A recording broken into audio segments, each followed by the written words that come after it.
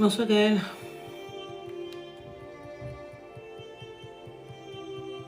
Allô?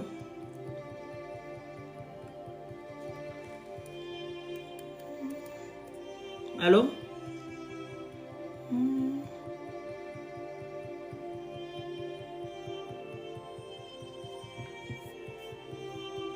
Allô?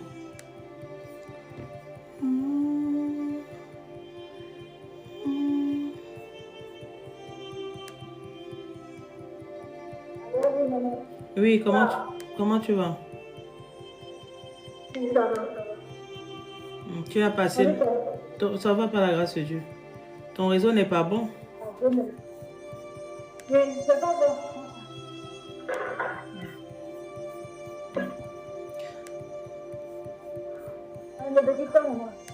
Hein? Oui, maman. Elle dit que ça va par la grâce de Dieu. Shalom Mélanie.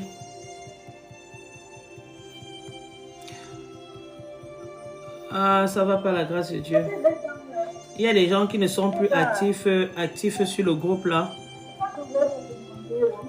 Je ne t'entends pas bien.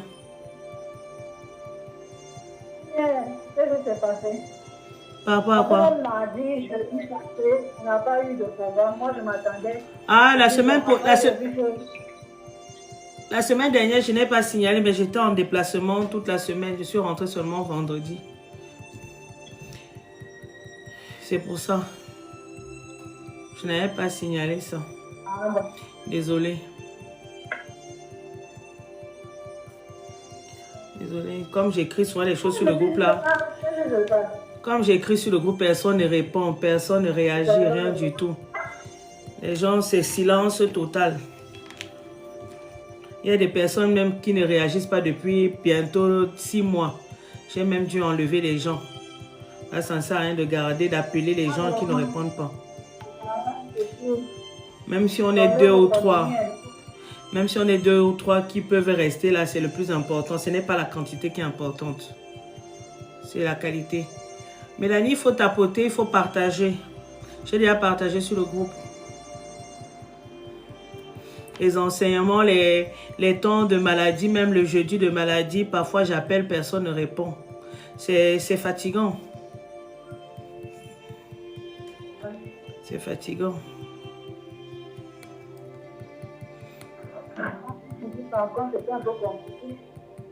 Hein?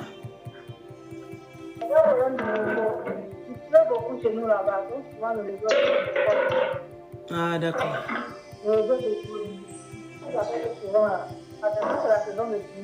Ah, d'accord.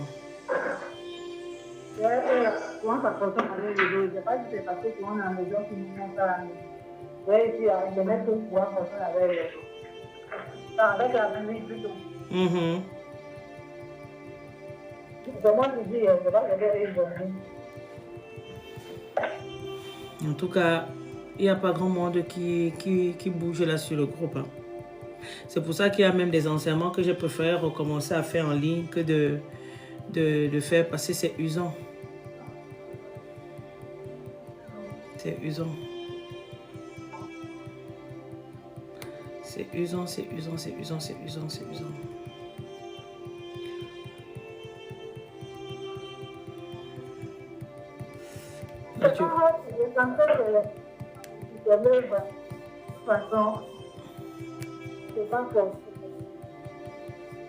Effectivement, moi je fais ce que j'ai à faire et puis c'est tout. Hein. En fait, quand on est de la parole et puis, c'est vrai que ton cœur lui dit, il applique. Ah, c'est ça. Fait son rôle. C'est ça, c'est ça, c'est ça.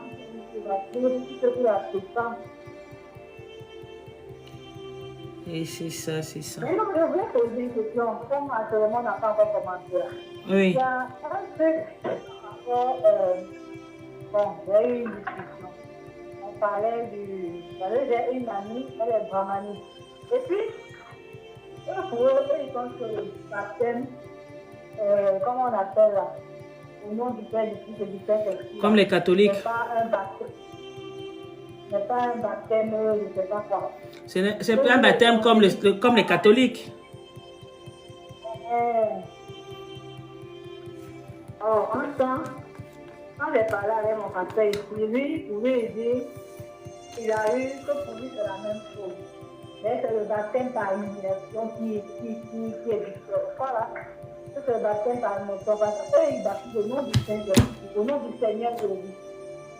Or, nous, souvent, les évangéliques, il y en a qui baptisent au nom du Saint-Esprit, au nom du Père, du Fils et du Saint-Esprit, aussi au nom du Seigneur Jésus. Généralement, on ne fait pas trop attention. Alors, je me rappelle même une fois, à l'église, pendant le culte à la fin du culte, comment on appelle ça, notre pasteur nous a dit, nous a béni quoi. Et puis, il a dit au nom du Père, du Fils et du Saint-Esprit, il a dit, ah bon, on peut dire ça aussi. Mais quand j'ai eu la discussion avec elle, bon, je ne savais pas quoi répondre parce que j'ai vu comme ça, moi, je n'aime pas trop discuter quand je le connais. Et puis, je ne discute même pas généralement. Mais je le dis, pour moi-même, je voulais comprendre véritablement qu'est-ce qu'il en est par rapport au baptême. Et puis, elle a posé autre question. Elle me dit que moi, je dois vraiment porter, si je dois porter, je ne dois pas porter pantalon. Que quand on fait qu'une femme, spirituellement, qu'on la reconnaît, c'est pas la jupe. Je dis, non, si c'est là-bas, moi, ça, c'est la secte. Ça, c'est pas le vêtement qui est important. C'est ce que tu as dans le cœur. C'est comment tu marches avec Christ. Ah. C'est ça qui est important. C'est pas ce que tu... Bon, on ne dit pas aussi que d'aller se dévêtir, de s'habiller comme une fille de joie. Tu vois, de préserver son corps. Mais... ce n'est pas dit que tu dois porter les jupes, tu dois porter les chemises jusqu'au poignet, jusqu'au col, où on ne voit pas même ton cou, machin. C'est comment tu marches. Comme on dit, c'est pareil que c'est ta foi en fait, c'est ta foi et toi. Comment tu marches avec le Christ. C'est pareil que ceux qui mettent les perruques, les longs ongles. Ça dépend. Ça dépend comment tu es convaincu, comment ta foi te porte.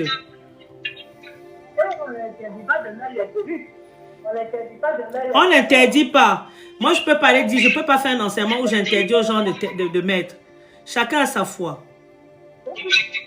Dans leur congrégation là, ça c'est normal, on accepte ça.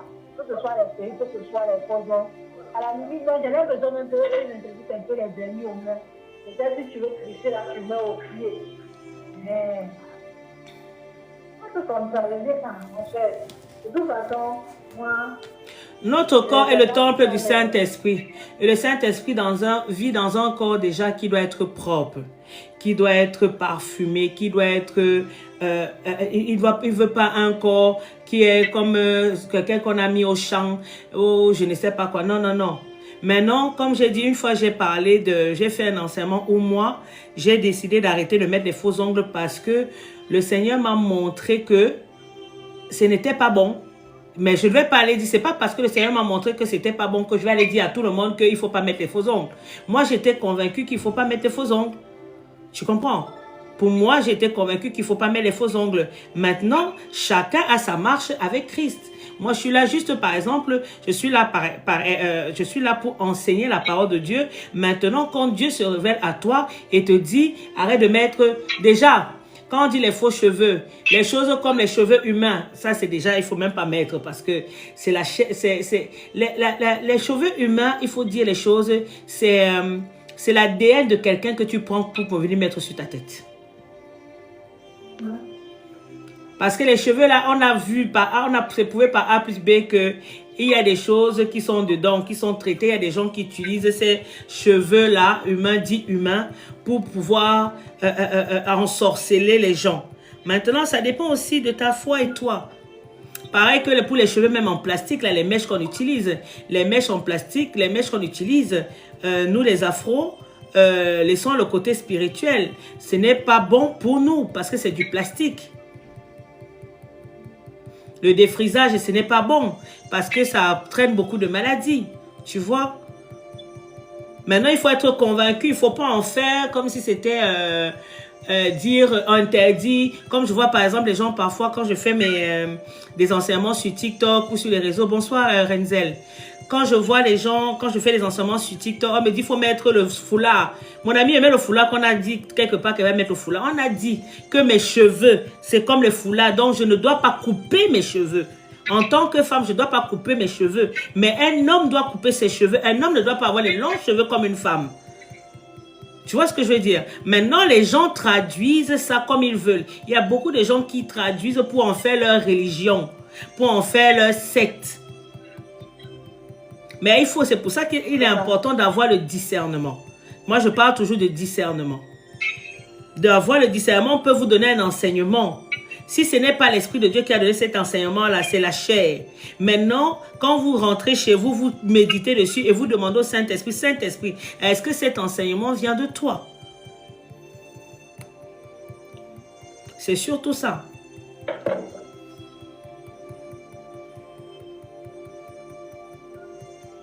On a eu un peu par rapport à cela, mais bon. Je vais plus écouter, si c'est eux généralement là, eux ils pensent que non, eux c'est vrai là. Et là-bas la vérité est... Ah, ben chaque personne, les catholiques vont te dire que pour eux, c'est chez eux qui ont la vérité. Mais le truc c'est que par exemple, moi je prends l'exemple des catholiques. Les catholiques ne font pas ce qui est écrit dans la Bible. Ils font tout à fait le contraire. Ils font plutôt le contraire. Quand tu lis la parole de Dieu, la parole de Dieu est claire. Mon peuple périt faute de connaissance. Quand tu prends le temps de la lire, quand tu prends le temps de la méditer, tu te rends compte que il y a des choses qu'on fait qui ne sont pas de Dieu. Il y a des choses qu'on fait qui ne sont pas de Dieu. Là, en ce moment, je fais l'étude biblique le mercredi et le dimanche soir. Là, je suis sur Jean. Jésus, la parole c'est Jésus qui parle. Jésus nous dit, il est le chemin, la vérité et la vie. Nul ne peut aller au Père sans passer par lui. Nul ne peut dire qu'il aime Dieu sans aimer Jésus. Ce n'est pas possible.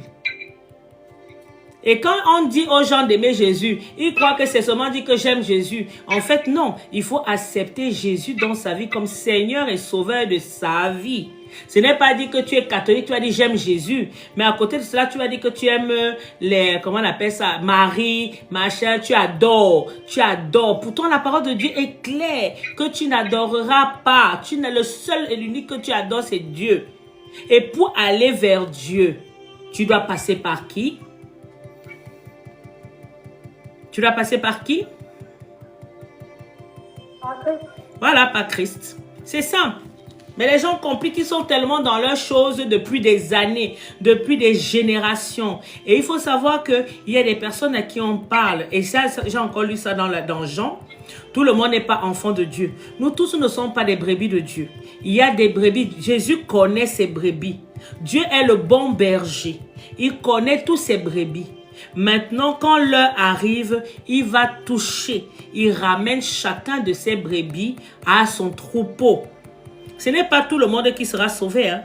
Ce sont les enfants de Dieu qui seront sauvés. Ça, il faut très bien le comprendre. On ne peut pas sauver tout le monde.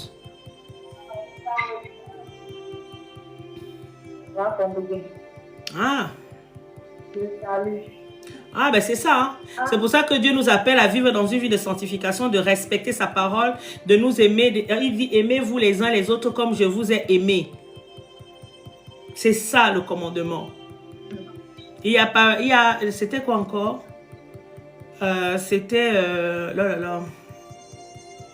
Ah, j'ai oublié le verset là. Attends, je vais te dire ça. C'est dans le verset 15, je suppose. J'ai lu ça la dernière fois.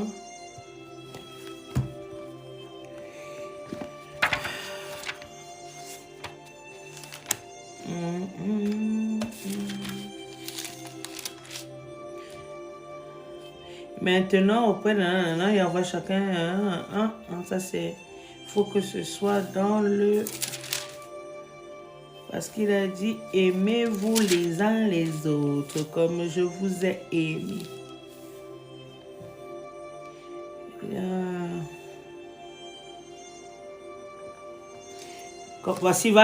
Voici le commandement dans le chapitre 15, Jean 15, verset 12. Voici quel est mon commandement.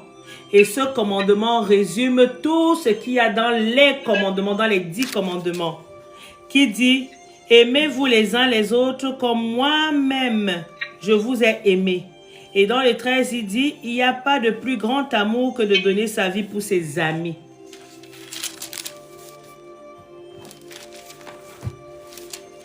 Dans le commandement, il résume tous les autres, parce que quand tu aimes ton prochain comme toi-même, comme Christ nous a aimés, il est incapable pour toi, il est impossible pour toi d'être jaloux, de penser à tuer. Tu es incapable de penser que tu vas tuer ton prochain. Il est incapable que tu penses que tu vas commettre l'adultère. Parce que si tu commets l'adultère, ça veut dire que tu ne t'aimes pas. Et tu doutes de l'amour de Christ. Toute notre partie de l'amour, c'est où il dit dans Matthieu, nous donner nos ennemis. Parce que quand nous dit donner ce qu'on aime des gens, ah oui. Ah ouais, il faut aimer. Aimer nos ennemis, il faut aimer vos ennemis et prier pour vos ennemis. Parce que c'est ça qui est le plus... Tu sais pourquoi? Tu sais pourquoi? Tout simplement pourquoi? Parce que il faut être réaliste. Ton ennemi va toujours te dire ce qu'il n'aime pas sur toi. Tu es d'accord, non, avec moi? Ton ennemi là qui ne t'aime pas va toujours te dévoiler. Oui, elle est comme ça, elle est comme ça. Tu sais ce que ton ennemi pense directement de toi. Mais à contrario, tu ne sais pas réellement ce que pense ton ami. Et tu ne sais même pas si c'est réellement ton ami.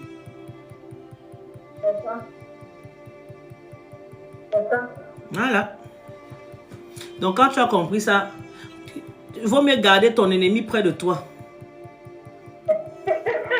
Garde ton ennemi près de toi et ton ami, tu regardes de loin et tu dis, Seigneur, montre-moi le cœur. Si c'est vraiment mon ami là, je veux voir le cœur, je veux voir la face cachée de cet ami là. Je veux savoir si cet ami là, c'est réellement quelqu'un qui vient de toi. Si c'est un ami qui est capable de donner sa vie pour moi. Il n'y a pas plus grand amour que de donner sa vie pour son ami. La parole de Dieu est simple. Hein? C'est nous qui voulons la compliquer, à vouloir créer les gens qui créent des choses de gauche à droite là, qui font mal au cerveau là. Ça ne sert à rien. Il faut demander le discernement. C'est la chose que vous devez demander au Seigneur. Le discernement des esprits. C'est seul le discernement qui peut vous dire si moi-même si je viens de Dieu ou si je ne viens pas de Dieu. Quelqu'un qui vient de Dieu, un serviteur qui vient de Dieu vient avec la vérité. Dieu est véridique, Dieu est juste. Il n'est pas dans l'à peu près, il n'est pas dans le semblant, il n'est pas là pour plaire aux gens. Tu entends, tu n'entends pas, c'est ton problème. Tu n'as qu'à boucher tes oreilles. Ça va faire mal à ton orgueil. Mais si tu as l'Esprit de Dieu, tu vas écouter. Parce que tu sais que c'est pour ton bien.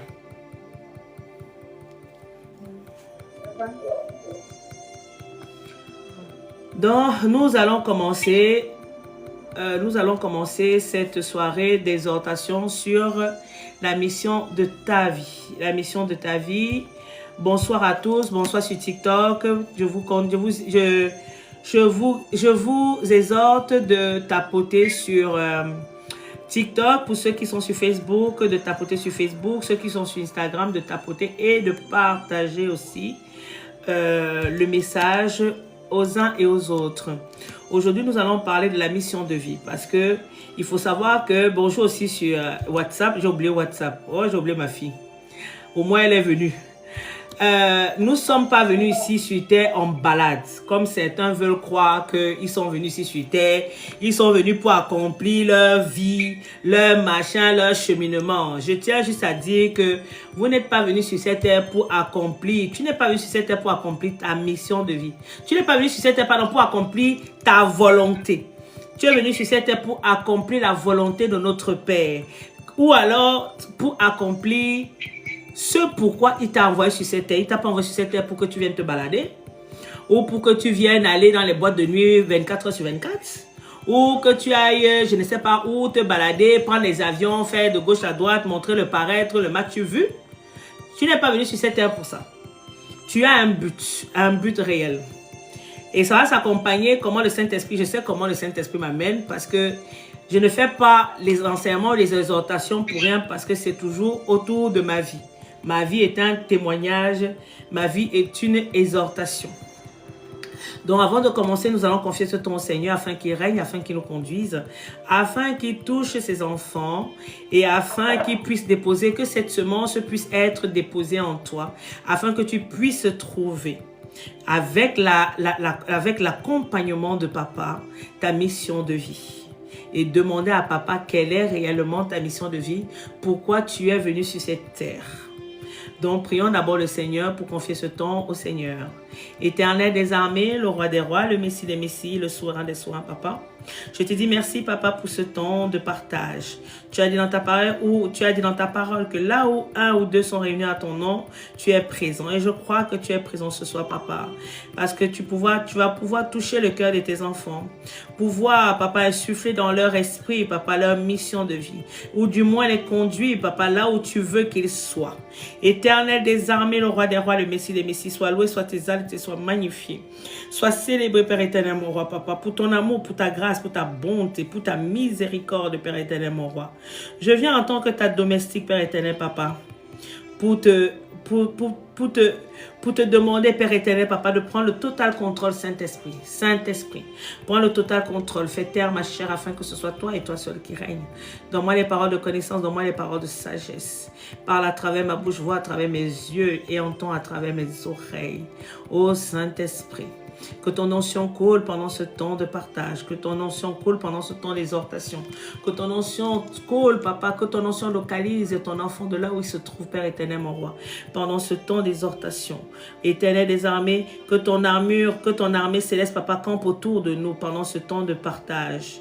Que toute manœuvre diabolique, satanique, sorcellerie dirigée contre moi ou contre tes enfants soit nulle et sans effet. Sois loué, sois exalté, sois magnifié, sois célébré. Par le nom tout-puissant de Jésus. Amen. Amen, amen, amen. Nous allons, comme je disais tout à l'heure, nous ne sommes pas venus en balade. Tu n'es pas venu en balade. Tu n'es pas venu chercher, dire que je vais passer ma vie à aller travailler pour l'argent, le cap, le dinero. Il faut comprendre une chose. Une chose. Ce n'est pas l'argent qui te commande. C'est toi qui commandes l'argent. Ce n'est pas le travail qui te commande. C'est toi qui commandes le travail. C'est ce que vous devez comprendre et c'est ce que vous devez mettre dans votre tête. Moi, à partir de ce moment-là, j'avais compris ça bien avant même de naître le nouveau, que le travail, ce n'est pas le travail qui commande ma vie. Ah non. Ce n'est pas non plus l'argent qui commande ma vie. Je ne suis pas venu sur cette terre pour aller travailler pour l'argent. Non. Je me posais toujours la question de savoir, Seigneur, amène-moi là où tu veux que je sois. Parce que, au fond de moi, je sentais que plus les années passaient, je n'étais pas à l'endroit où je devais être réellement. J'ai pourtant tout essayé. J'ai essayé des choses. J'ai même essayé de créer des agents. Pas qu'essayer. J'ai créé une association. J'ai créé 2 associations. Après, ça n'a même pas abouti. Après, je suis partie autre part. J'ai voulu ouvrir un bar pour pouvoir rassembler les femmes, pour un lieu pour les femmes. Ça m'a ramené autre part. J'ai voulu faire ci, ça m'a ramené autre part. En fait, tout, à chaque fois, je commençais et après, d'un coup, j'étais à fond dedans. Et d'un coup, la chose disparaissait dans mon esprit. Ça disparaissait dans mon esprit. À un certain moment, je me suis dit, mais attends un peu. Je suis venu ici en balade ou quoi? J'ai l'impression que les gens avancent, mais moi, à quel moment je vais avancer? Je sentais que le travail que je faisais à un certain moment alors, il y a 3 ans, il y a 5 ans aujourd'hui, le travail a commencé à me porter lourd. Je me sentais vidée, je me sentais oppressée, je sentais qu'il y avait quelque chose qui n'allait pas. Le lieu dans lequel j'étais n'était plus en accord avec la personne que j'étais ou que j'étais sur le point de devenir. Je suis passée par des phases de maladie, de burn-out, de machin, de ci, de ça. Mais je ne comprenais pas ce qui se passait en moi. C'est après que j'ai compris en fait que j'étais appelée à faire autre chose. Et c'est c'est plus tard, il y a 3 ans même, quand j'ai eu mon brisement, que j'ai demandé au Seigneur de m'amener, de me conduire là où il voulait que je sois. et non là où moi je voulais être. Moi je voulais être, j'avais la vision parce que cette vision-là, papa m'a toujours montré. J'avais cette vision-là que je devais faire quelque chose de grand, mais je ne savais pas quoi. Et quand partout où je passais, dès que j'ouvrais ma bouche pour parler, on me disait Amen, pasto, pasto, pasto. J'ai dit que, pasto, pasto, que moi je ne savais même pas par où j'allais commencer pasto. Il faut savoir que quand j'étais encore plus jeune dans ma tendre enfance, je voulais être une bonne sœur. Je voulais être bonne sœur. Mais quand j'ai vu comment ça se passait dans les histoires de bonne sœur, il y a ce moment que, pardon, je ne peux pas aller suivre 2 maîtres. C'est pas possible. Soit je suis Dieu, soit je suis l'homme. Ce n'est pas 2 choses. J'ai tourné le dos et dit que pardon, ce n'est pas pour moi. Heureusement même mon Dieu, il m'a éloigné de ça. Parce que c'était quelque chose qui m'appelait, quelque chose qui m'a toujours appelé. Mais la vie a fait en sorte que Dieu m'a permis, en fait Dieu a laissé que je puisse cheminer cette vie-là pour pouvoir témoigner en fait de sa grandeur dans ma vie. Pour que je puisse vous expliquer. Parce que tu ne peux pas expliquer ou tu ne peux pas exhorter ou tu ne peux pas enseigner quelque chose que tu ne connais pas. Ou du moins quelque chose que tu n'as pas vécu. Ce n'est pas possible. Ça sera un peu difficile. Parce qu'à un certain moment, moi je me vois souvent, il y a des moments où j'enseigne. Je suis très loin d'imaginer que le Saint-Esprit va aller chercher un témoignage de ma vie qui date de Mathusalem. C'est quand je suis en train de parler que je reste comme ça dans mon esprit, je souris, ça m'a dit que toi là aussi, toi là, Saint-Esprit, on peut faire ça. Quelque chose dont je ne me souvenais même pas. Donc pour te dire que la mission de vie, c'est quelque chose de très important pour toi. La parole de Dieu dit dans Jean 12 verset 26, si quelqu'un me sert, qu'il me suive, et là où je suis, là aussi sera mon serviteur. Si quelqu'un me sert, le Père l'honorera. Tu ne peux pas dire que tu sers Dieu. Tu ne peux pas dire que tu as accepté Jésus comme Seigneur et Sauveur. Et puis tu ne suis pas les recommandations du Seigneur.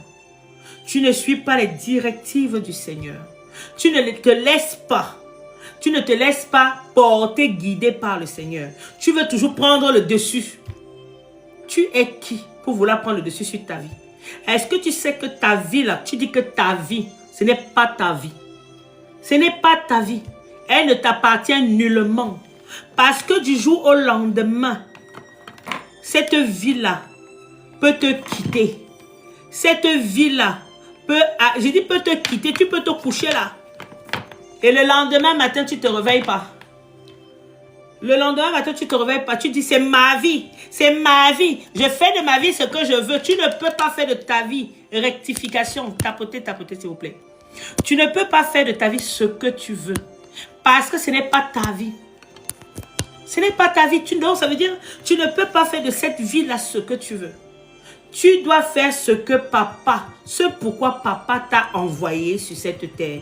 Il t'a commandé de venir sur cette terre. Il t'a commandé pour que tu puisses venir accomplir sa volonté. Pour que tu aies une mission. Tu as un ordre de mission. Quand tu es dans le ventre de ta mère, dès que les contractions sont lancées, ton ordre de mission est lancé. Directement. Et une fois ton ordre de mission est établi, est lancé sur toi, c'est là, à ce moment-là que tu sors. Il y a des enfants qui restent dans le ventre. On dit que voilà, le terme, c'était le 20. Ou le terme, c'est aujourd'hui le 27.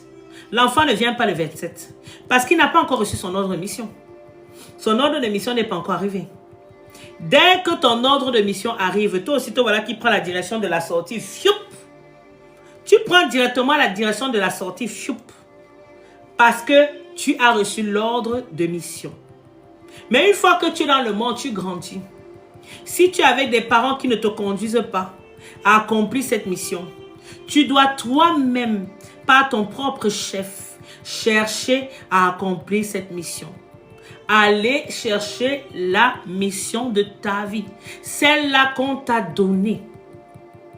Amen. Celle-là qu'on t'a donnée. C'est très important à savoir cela. Ne vous baladez pas, ne errez pas sur cette terre parce que vous allez avoir des comptes à rendre, mes frères, mes sœurs. Vous allez avoir des comptes à rendre plus tard. À la fin des temps, quand papa vous demandera, qu'as-tu fait de ta vie? Qu'as-tu fait de ta vie? Est-ce que tu as accompli ma volonté? Est-ce que tu as accompli ce pourquoi je t'ai envoyé sur cette terre? Est-ce que tu as accompli ton ordre de mission que je t'avais donné? Tu vas commencer à paniquer, à taper la bouche. C'était quoi mon ordre de mission? Ah non, non, non, non, non. Il t'a donné le libre arbitre. Et ce libre arbitre, c'est dans le sens où tu as le choix de demander, papa, révèle-moi mon ordre de mission. Révèle-moi mon ordre de mission. Où est-ce que je dois aller? Où est-ce que je dois aller? Comment je dois faire pour arriver là où tu veux que je sois? C'est très important à le savoir. C'est très important, peuple de Dieu.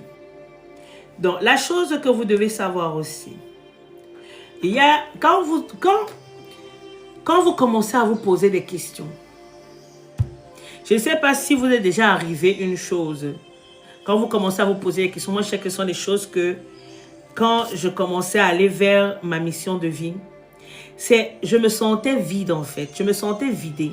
Est-ce que tu te sens vidé en ce moment? Est-ce que tu as l'impression que ta vie n'a pas de valeur? Est-ce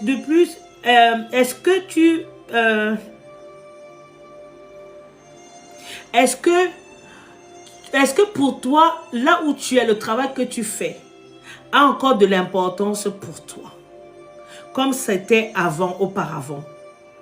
Est-ce que tu as l'impression de tourner en rond? Je peux te dire que ces quelques phrases-là, ces quelques questions que je te pose là, moi, ce sont des questions qu'à un certain moment de ma vie, je crois que c'était en 2017 par là, ça a commencé à me tarauder. Je tournais en rond, je me sentais vidée, je me sentais oppressée. Je me disais, mais le boulot, moi je suis aide-soignante de profession et je travaillais avec les enfants. Un très bon poste. Un très bon poste, j'ai toujours aimé, je suis un grand enfant et j'ai toujours aimé travailler avec les enfants. Mais du jour au lendemain, j'ai commencé à... Et avant même, j'avais même déjà prophétisé même que je n'allais pas rester là longtemps parce que je sais que je suis appelée à faire autre chose. Moi, j'avais la conviction que j'étais appelée à faire autre chose. Mais quoi? Je ne savais pas. J'ai commencé à me poser les questions. Je me sentais oppressée au boulot. Je me sentais, comment on appelle, complètement à l'ouest. Je tournais en rond.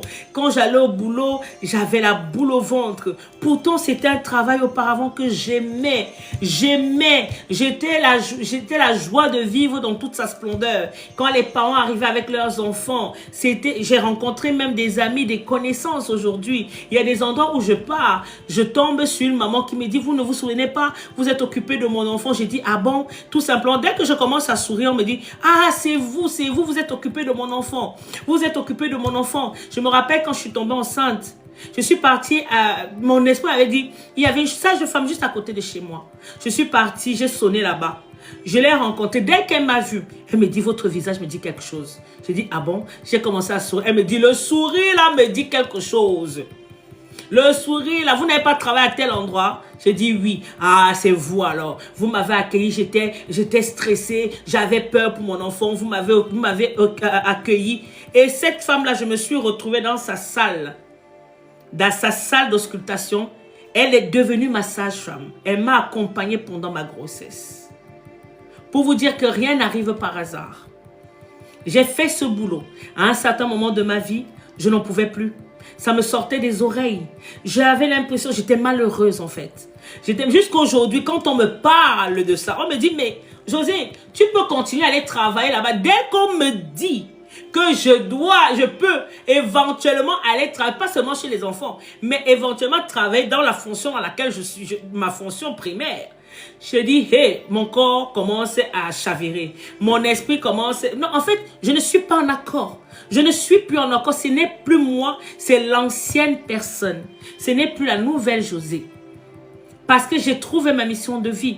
Et il est hors de question que je retourne en arrière pour aller quelque part où je n'étais pas avant. Où j'étais avant. Le avant, c'était avant. Est-ce que vous comprenez ce que je veux dire? Le avant, c'était avant. Dans le fait que tu tournes en rond, que l'exercice, l'activité que tu fais ne te passionne plus, que tu te sens vide, que tu sens que ta vie là n'a plus de... tout ça, ta vie n'a plus de valeur. Tu as l'impression que... Tu regardes tes amis, tu dis que les gens qui sont autour de moi, j'ai l'impression qu'ils avancent. Mais pourquoi moi je n'avance pas? Pourtant tu travailles. Mais tu as l'impression que ta vie ne part nulle part. Tu as l'impression que tu ne décolles pas. Va, assieds-toi avec papa.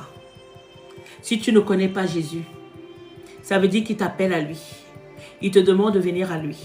Il te demande de t'asseoir à côté, de l'appeler, de l'accepter dans ta vie, afin qu'il puisse prendre le contrôle de ta vie, afin qu'il puisse te guider, afin qu'il puisse t'amener là où tu dois être réellement, afin qu'il puisse te dévoiler ta mission de vie. Moi, ma mission de vie m'a été dévoilée comme ça au fur et à mesure que j'avançais dans la vie.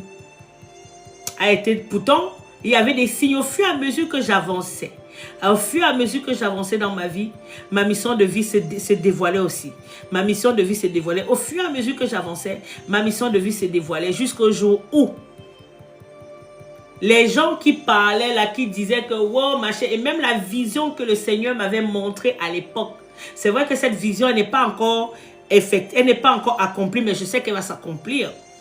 Mais c'est là que j'ai compris qu'en fait, cette vision-là, ce n'était pas pour parler n'importe comment, c'était en relation avec celle que je dois être aujourd'hui.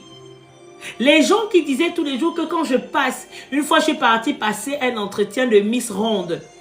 J'ai passé l'entretien, quand j'ai fini, j'ai commencé à parler, je ne sais même pas de quoi je parlais. Dès que j'ai fini de parler, on me dit, quand vous finissez de parler, on a seulement envie de dire Amen. Pareil au boulot, pendant les réunions de travail, quand je prenais la parole, quand je parlais, quand je finis, même mes cadres me disaient, oh José, quand tu parles, on n'a qu'une envie, c'est de dire Amen. Je ne comprenais pas. Je dis, une personne dit ça, 2 personnes disent ça, 3 personnes. Après un jour, je suis tombée sur une servante de Dieu qui m'a dit, qui m'a fait comprendre effectivement que toi, tu es une servante de Dieu. Mais je n'ai pas pris ça, j'ai pris ça à la légère.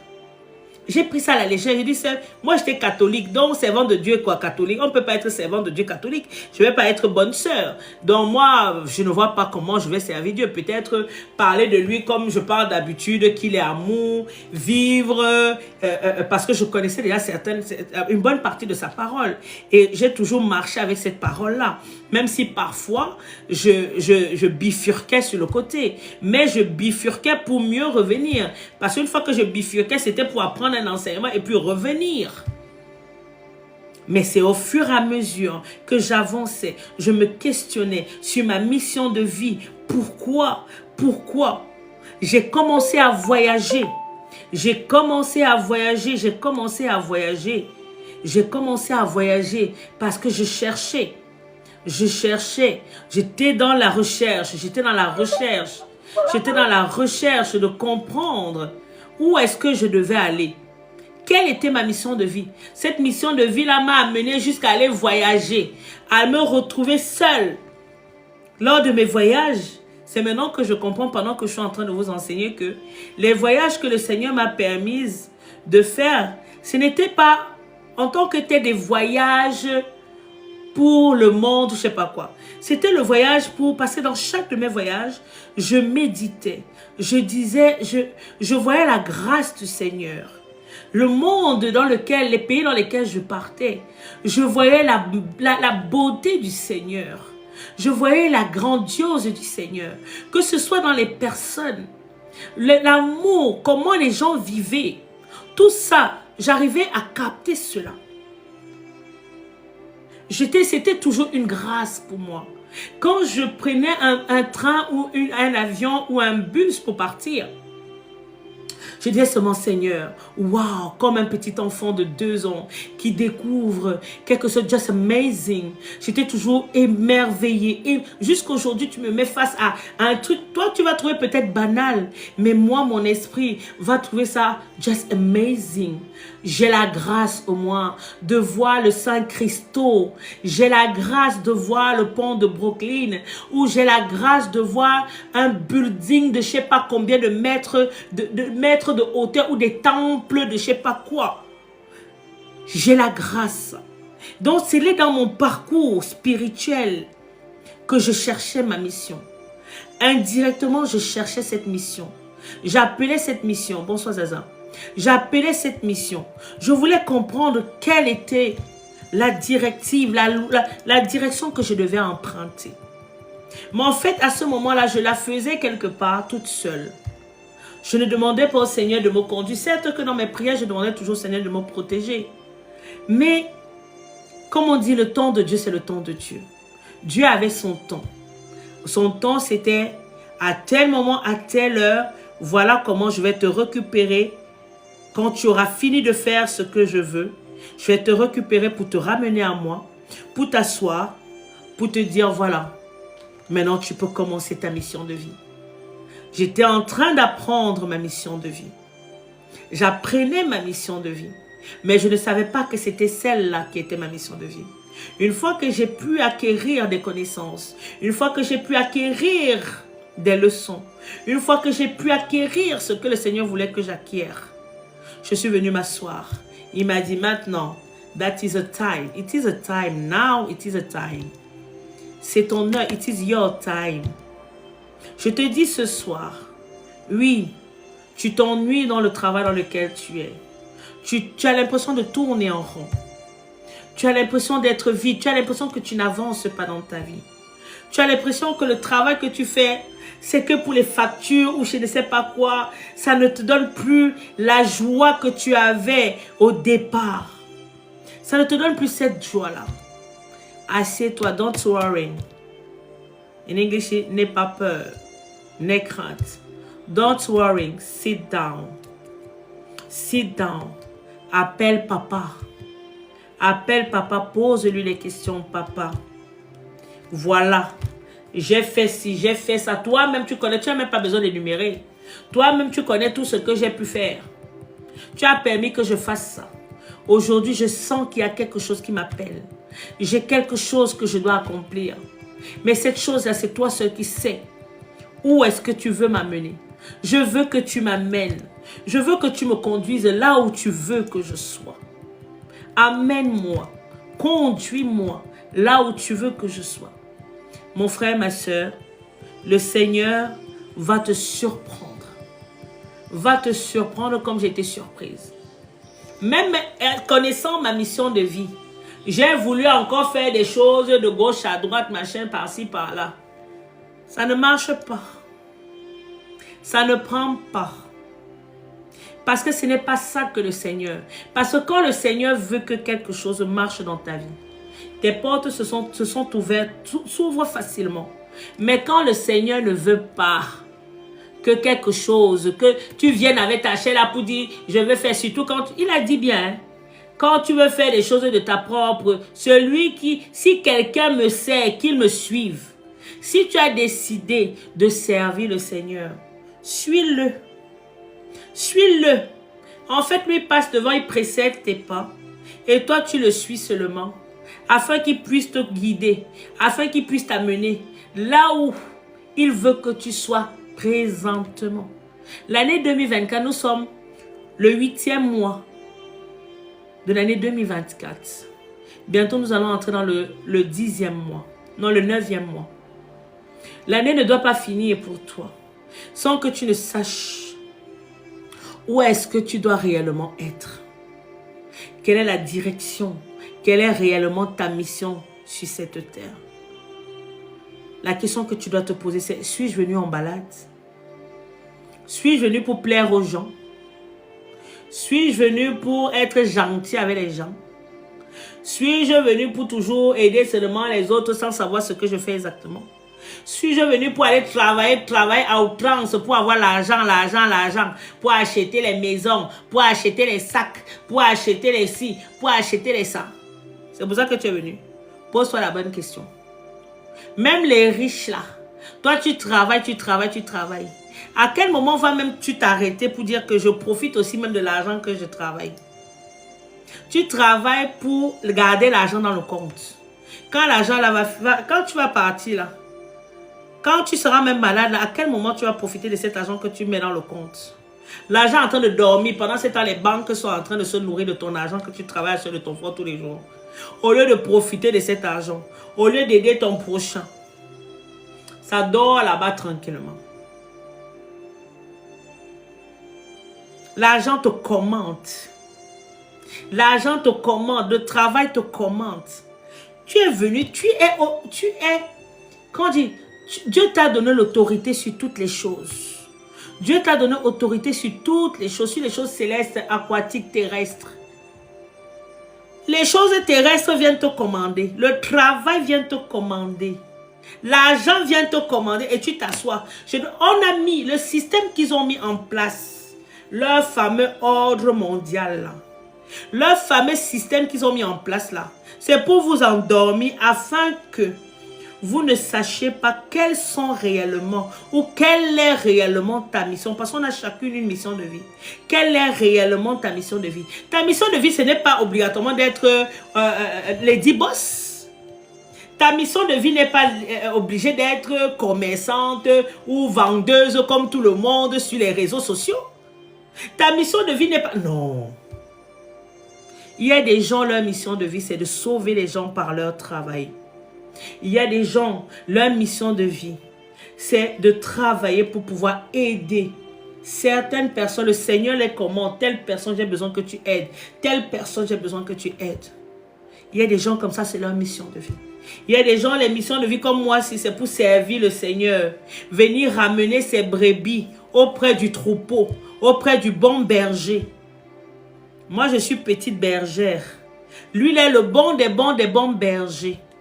Mon travail, et c'est un énorme travail, vous n'avez même pas immense. Parce qu'on peut croire que les serviteurs de Dieu, ils sont là, ils se la coulent douce. Yeah. Quand les brebis porter les brebis, ce n'est pas facile. Il y a des moments où je reste comme ça, j'ai dit que, hé Seigneur. Mais plus je grandis, je me prends même plus la tête. Plus j'avance, je me prends même plus la tête. Parce que celui qui veut être sauvé sera sauvé. Celui qui ne veut pas être sauvé, oh, c'est ça. C'est comme on dit, c'est son libre arbitre.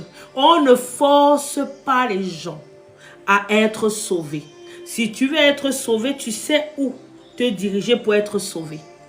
Si tu ne veux pas être sauvé, tu vas rester dans les ténèbres. Tu vas dormir dans les ténèbres. Tu vas dormir. Tu n'auras aucune connaissance. Tu n'auras aucun enseignement. Parce que les enfants de Dieu là, nous avons besoin, même moi je me mets en tant qu'enfant. Parce que quand je vous enseigne ou quand je vous exhorte, moi aussi, je m'exhorte et je m'enseigne.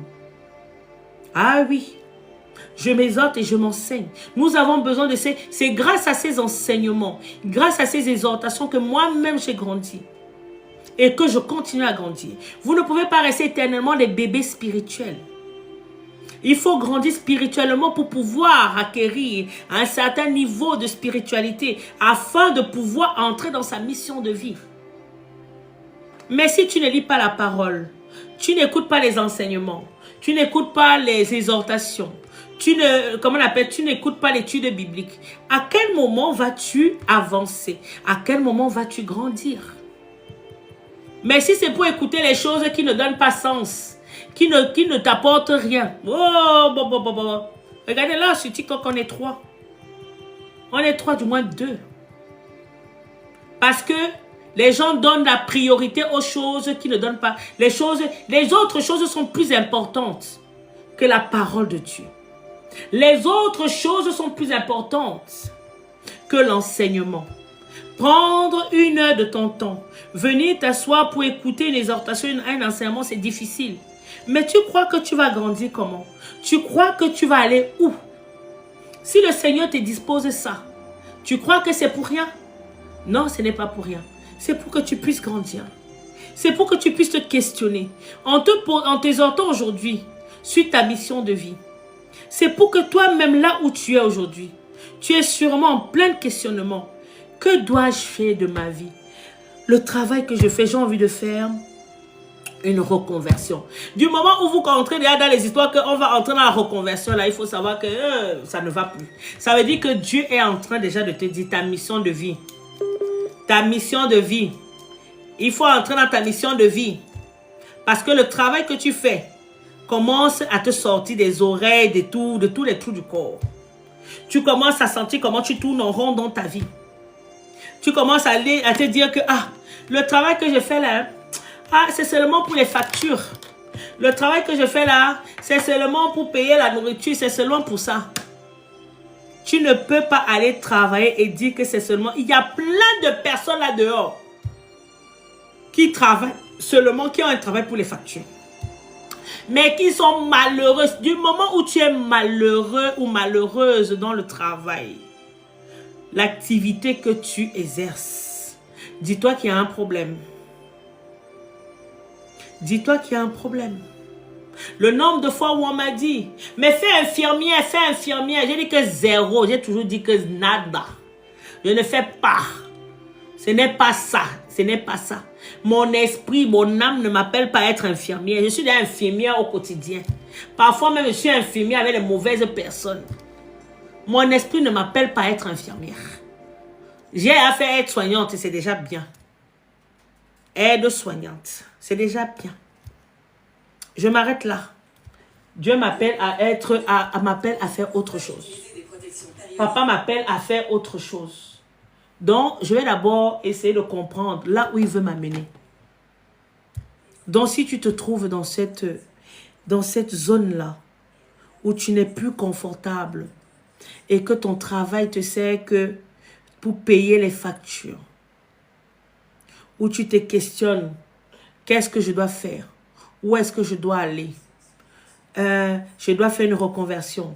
Mais dans quoi je dois faire une reconversion? Moi, j'ai voulu faire une reconversion. Mais il s'est avéré que même la reconversion, là, même quand je travaillais, quand je demandais le financement pour faire cette formation, on m'a toujours dit non, non, non. Je me suis dit même qu'en arrêtant de travailler, j'allais demander, on allait accorder. Le Seigneur m'a dit encore non. Ce n'est pas ta direction. Peut-être que tu es bien. Parce que le Seigneur m'a donné cette grâce-là de savoir un peu tout faire. Je touche à tout. Quand je dis je touche à tout, je touche à tout. Je suis le genre de femme qui touche à tout. Le Seigneur m'a donné cette grâce-là. Mais ce n'est pas parce que je touche à tout que dans cette état-là de touche à tout-là que je suis appelée à faire certaines choses. Ce n'est pas possible. Je peux me servir de ça, de cette connaissance autodidacte que j'ai pour pouvoir ramener ces enfants à lui, pour leur faire comprendre l'importance de telle ou telle chose ou telle chose encore. C'est pour ça. Merci Seigneur. Vous voyez, mais cherche mon frère, ma soeur. Je t'exhorte aujourd'hui à chercher ta mission de vie. Arrête de te tracasser la tête, arrête d'être triste, arrête d'avoir peur. Mais si j'arrête, moi quand j'arrêtais mon travail, quand je disais j'arrête mon travail, j'étais fonctionnaire. Quand on dit fonctionnaire, c'est le sésame. Oh, quand tu es fonctionnaire, j'ai des collègues. Voilà, on signale, tapoter. J'étais fonctionnaire. Je gagnais bien ma vie. Et là, même en ce moment, si j'étais restée, j'aurais encore plus même gagné. Mais ce n'est pas ça que je voulais. Ce n'est pas ce que je voulais. Je voulais être libre. Libre de faire ce que l'esprit en moi m'appelait à faire. Je voulais être libre de mes pensées. Je voulais être libre de mes actions. Je voulais être libre de telle sorte que si j'ai envie d'aller faire quelque chose, j'essaye de faire. Si c'est la volonté de Dieu, ça marche. Si ce n'est pas la volonté de Dieu, ça marche, Seigneur, j'ai essayé. Bon, basta, on passe à autre chose. Je ne voulais pas avoir de chaîne. Parce que tous ces gens-là qui sont dans les fonctions, ils ont créé la fonction, puis ils ont créé les CDI, contrats à durée indéterminée. Ce sont les chaînes qu'on met à vos jambes. Ce sont les chaînes qu'on met à vos jambes. Bonsoir ma soeur. Les CDI là, je dis bien, pour avoir expérimenté. Ce sont les chaînes qu'on a mis à vos jambes pour vous garder quelque part dans un lieu de prison. Le jour où tu n'as plus envie et que ton esprit t'appelle à faire autre chose, massa, pour quitter de là, tu vas voir comme ça là. Si ce n'est pas la grâce de Dieu, comme moi j'ai eu la grâce de Dieu de partir. J'ai dit Seigneur, si tu veux que je parte de là, si c'est ta volonté que tu veux que je parte de là, pardon, que le nom là, les gens qui auront mon courrier de démission là, qu'ils prennent ça et qu'ils disent oui. Parce que c'était dit que, mon ami, on ne donne pas. Je connais des gens qui ont dû... Moi, je voulais une rupture conventionnelle. Je connais des gens qui ont demandé la rupture conventionnelle. On a barré, on a refusé. Aussi sec. Moi, j'ai demandé la rupture conventionnelle. On m'a donné la première réponse, non. J'ai dit que tu mens. Le Seigneur que je prie là, vous mentez. J'ai commencé à préparer. Moi, pour moi, j'étais à partie. Moi, dans l'esprit, moi, je ne travaille plus. Hein. Et je l'ai refait. Un courrier disant que si vous voulez qu'elle reste en arrêt maladie et que vous me payez, il n'y a pas de problème. Mais cette place-là appartient à quelqu'un d'autre. J'ai fait ma mission que je devais faire. Maintenant, ma mission s'achève avec vous. Ah, moi, j'ai été claire. Ma mission s'achève avec vous. Je préfère que vous donniez cette place à quelqu'un d'autre qui a besoin de ce travail-là. Moi, j'en ai plus besoin. J'ai besoin de prendre une direction, une autre direction dans ma vie. J'ai besoin de prendre... Ah, moi, j'étais claire. Et j'ai pas dit, c'est papa, j'ai mis papa devant. Papa, tiens, passe devant. Et papa a bien pris les choses parce que c'était sa volonté. Il a ouvert les portes et c'est passé crème. C'est passé crème. Parce que c'était la volonté de Dieu. Parce que je ne pouvais pas servir avec les horaires postés que j'avais. Même m'occuper de mon propre enfant, ça aurait été impossible. Je dis quasiment impossible. Quand je voyais tout ça et quand je pensais qu'il fallait que j'aille travailler, j'avais déjà eu plusieurs, pour vous dire, mais même mon état de santé en avait pris un coup. Mon état de santé avait pris un sérieux coup. Mes genoux ne tenaient plus. Mais dès que j'ai signé le contrat là même, j'ai signé là, j'ai demandé à mon syndicat qui était avec moi de me prendre en photo comme c'était le certificat de mariage que j'ai signé pour vous dire que quand j'ai signé le contrat, quand je suis rentrée chez moi, même les problèmes que j'avais là sont partis. Les angoisses que j'avais là sont même parties. Je me suis sentie libre comme un papillon, de voler comme un papillon. J'étais butterfly, je volais comme un papillon. Je pouvais dormir tranquillement, sans faire des cauchemars. Qu'on va venir sonner à ma porte pour dire que tu rentres travailler quand? Je faisais même des cauchemars quand je travaillais. Quand j'étais même en arrêt là, je faisais des cauchemars qu'on venait sonner à ma porte pour dire tu viens travailler quand? Tu veux pas travailler? Mais je suis partie. Même mes collègues. En fait, je suis partie. J'avais toujours dit que je partirais de ce travail comme je suis arrivée. Je suis partie de ce travail ni vu ni connu. Comme je suis arrivée. C'est comme ça que je suis partie. Sans attache, sans rien. Je ne peux pas vous dire que j'ai gardé un contact de mes anciens collègues, je ne sais pas quoi. Du service dans lequel j'étais, je n'ai gardé aucun contact. Aucune personne aussi n'a plus pris de contact avec moi. J'ai dit, c'est la volonté de Dieu. Je ne me casse pas la tête. Pourquoi me casser la tête à dire que, ouais, mais depuis que je suis partie, aucune personne. Je me suis posé la question. Ah, personne ne m'a...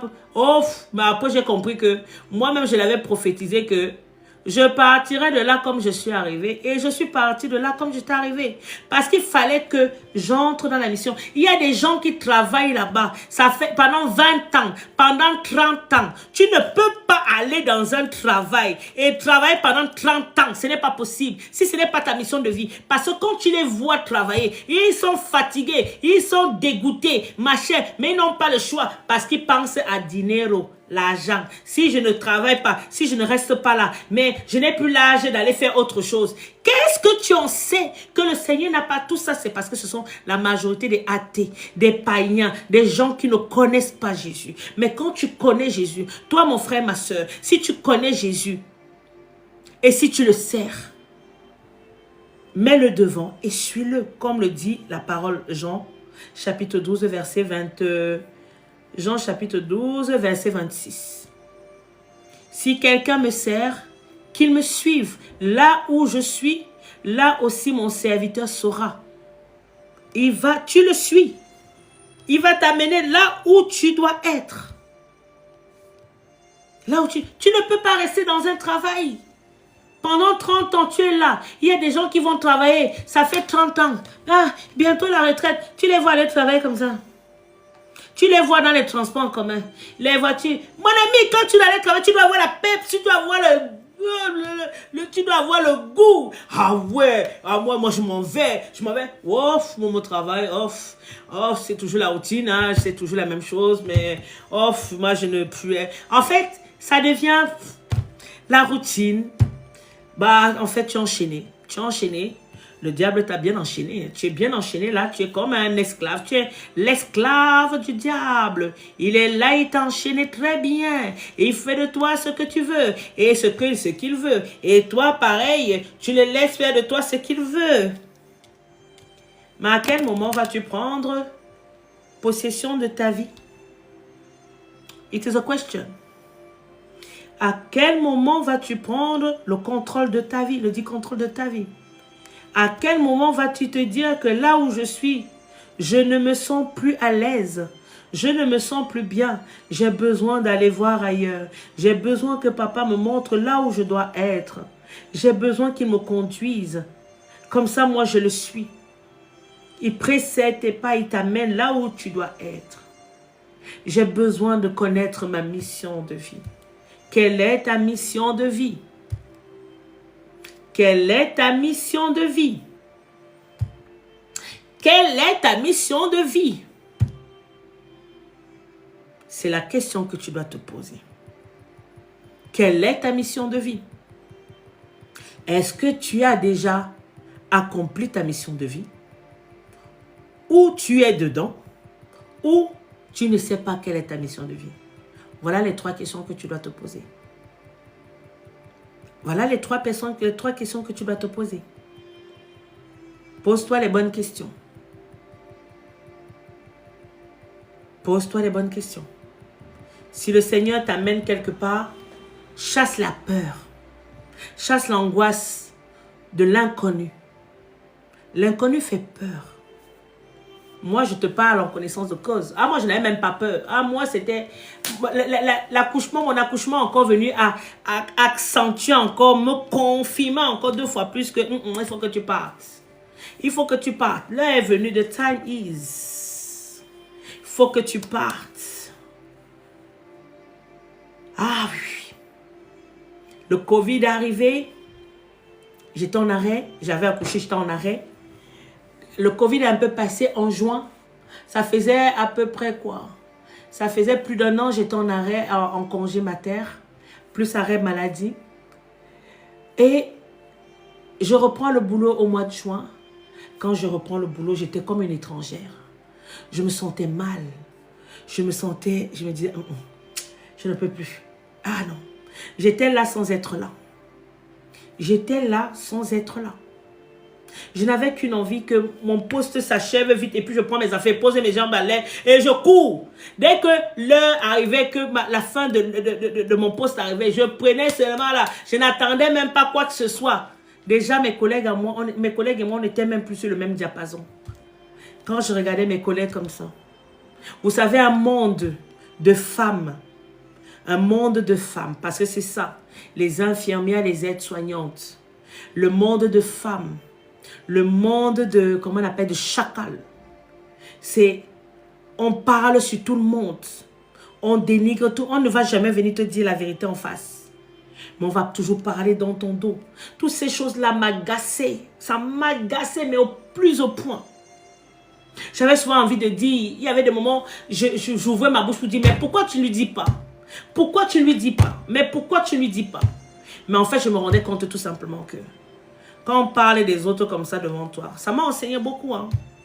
Quand on parle des autres comme ça devant toi, sache que quand tu n'es pas là, on t'écrase aussi.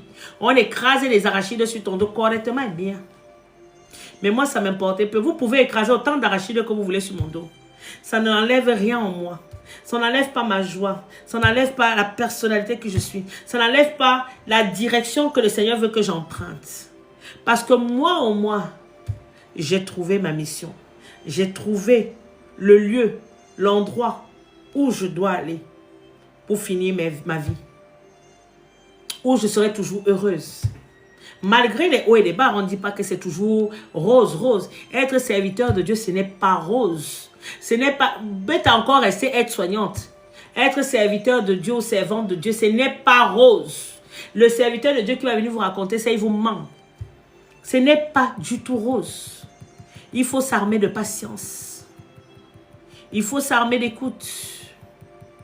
Il faut s'armer de beaucoup de choses. De courage. Il faut avoir l'humilité de continuer à apprendre. Il faut avoir l'humilité d'écouter comment on appelle ça? D'écouter, d'entendre, de savoir entendre des réflexions même qui ne sont pas bonnes. Il faut avoir cette humilité-là. Il y a beaucoup de choses qui sont en jeu. Il faut supporter les brebis qui ne font qu'à leur tête. Ah, ça, je peux vous le dire. J'aimerais être à la place d'un brebis que d'être à la place d'un serviteur de Dieu. Ah, ça, je peux vous le dire. Au début, je m'arrachais les cheveux. Mais aujourd'hui, je dis, oh, moi, je ne suis pas là pour courir. Hein. La personne qui vient, vient. Si on est deux, on est un même. Si le un là peut être sauvé, le Seigneur voit, j'ai gagné. J'ai dit, si les un là, si j'arrive à sauver un, j'ai gagné. Ce n'est pas la quantité qui est importante. Et tout ça, j'ai appris aussi au fur et à mesure. Ce n'est pas la quantité qui est importante. Ce n'est pas tous les enfants qu'on sauve. Dieu a ses enfants qu'il faut ramener à lui. Papa a ses enfants qu'il faut ramener à lui. Amen. Donc mon frère, ma soeur, à travers ce que je te porte ce soir, c'est pour te dire que peu importe l'endroit où tu te trouves aujourd'hui, si tu sens que ce n'est plus en accord avec la personne que tu es, arrête-toi. Aie le courage, aie l'audace de t'arrêter. Parce que tu ne seras pas seul. Peut-être ça sera difficile. Je ne dis pas que c'est facile pour moi. C'est difficile. Mais comme on dit, on se prépare bien pour mieux sauter. Dieu prépare mieux ses enfants pour pouvoir mieux sauter. Mieux aller de l'avant. Mais je n'ai plus de compte à rendre à qui que ce soit. Il y a parfois, j'ai des anciens collègues qui viennent, déjà la majorité, même bien avant même, je les avais déjà supprimés de la majorité de mes réseaux sociaux. Mon esprit m'avait dit, supprime, enlève-les, tu n'as pas besoin. Je les ai supprimés tous sur mes réseaux sociaux. Moi, j'ai dit, je suis entrée, je suis repartie comme je suis entrée. Il n'y a pas de demi-mesure chez moi. Non. Chez moi, soit c'est blanc, soit je suis dans le blanc, soit je suis dans le noir. Il n'y a pas de demi-mesure. Je suis partie comme je suis arrivée. Et toutes les personnes qui étaient sur mes réseaux sociaux, là, tout le monde, j'ai viré, j'ai supprimé. Je ne peux pas vous dire que j'ai encore des contacts avec qui que ce soit. Qui que ce soit. Parce que je me suis plongée corps et âme dans ce pourquoi le Seigneur m'appelle. C'est ça qui est important. Ce n'est pas ce que les gens pensent. Ce n'est pas ce que les gens disent. Ce n'est pas ce qu'ils pensent ou ce n'est pas ce qu'ils vont murmurer. Les murmures, ceux qui parlent dans mon dos, leur place est dans mon dos. Si tu n'oses pas venir te mettre devant moi, si tu veux parler pour m'écrire sur les réseaux sociaux en cachette, en back, ta place est derrière. Si tu n'es pas capable de prendre ton corps, venir te mettre devant moi et venir me parler face to face, je ne te donnerai aucune importance. Et encore pire, si tu veux parler de moi dans mon dos, bah, c'est simple. Parler de moi dans mon dos, c'est que ta place est là-bas derrière. Ta place n'est pas devant moi. Moi, du moment où j'avance, du moment où personne ne vient me mettre un bâton sur devant, moi, tout ce que vous pouvez faire là-bas, ça m'importe peu. Donc, ayez cette audace, cette confiance en soi. Aie cette confiance en soi. Parce que je sais que le Seigneur t'appelle à faire quelque chose. Mais tu es indécise. Tu dis, mais Seigneur, si. Tu vas passer toute ta vie à dire si.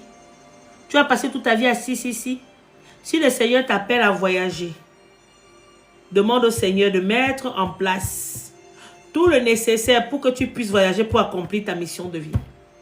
Si le Seigneur t'appelle à passer une formation ou un examen, peu importe, demande au Seigneur de mettre tout en place pour que tout te soit donné afin que tu puisses passer tes examens, machin, ou je sais pas quoi, pour pouvoir entrer dans une nouvelle, comment on appelle ça, dans une nouvelle ère de ta vie.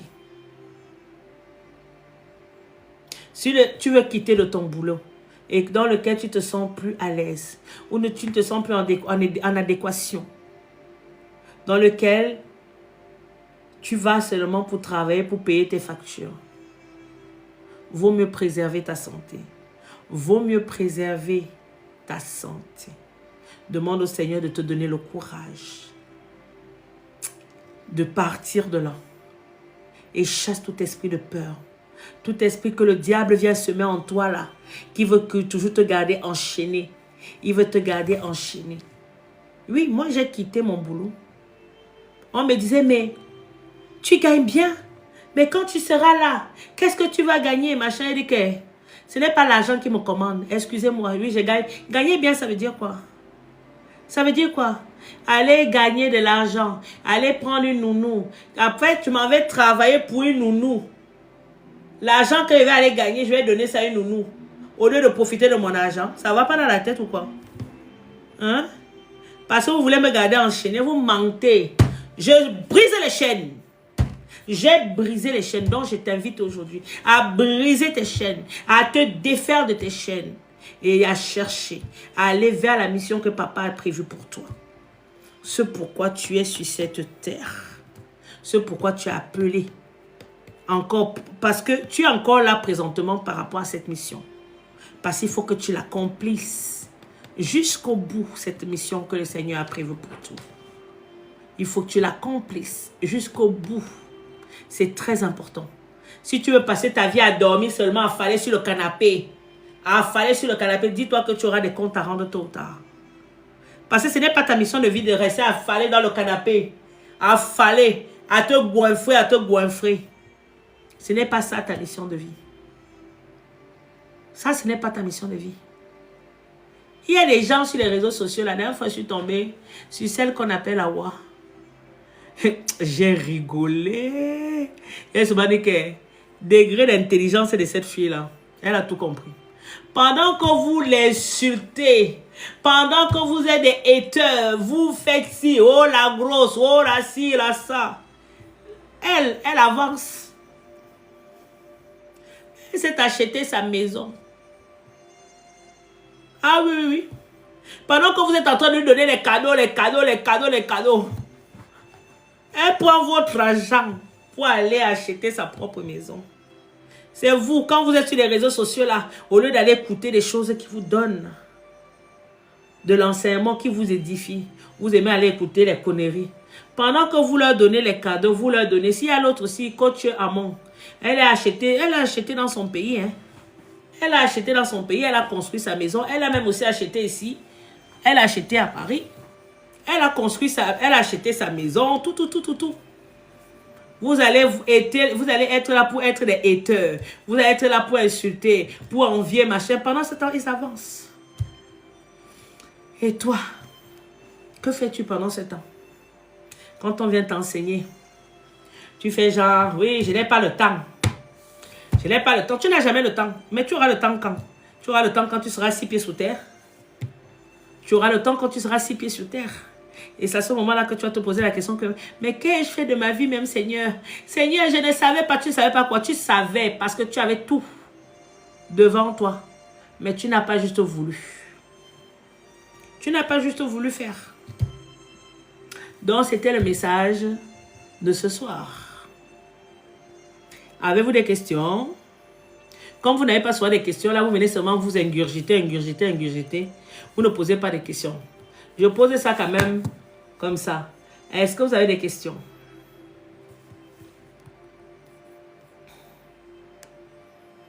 Avez-vous des questions?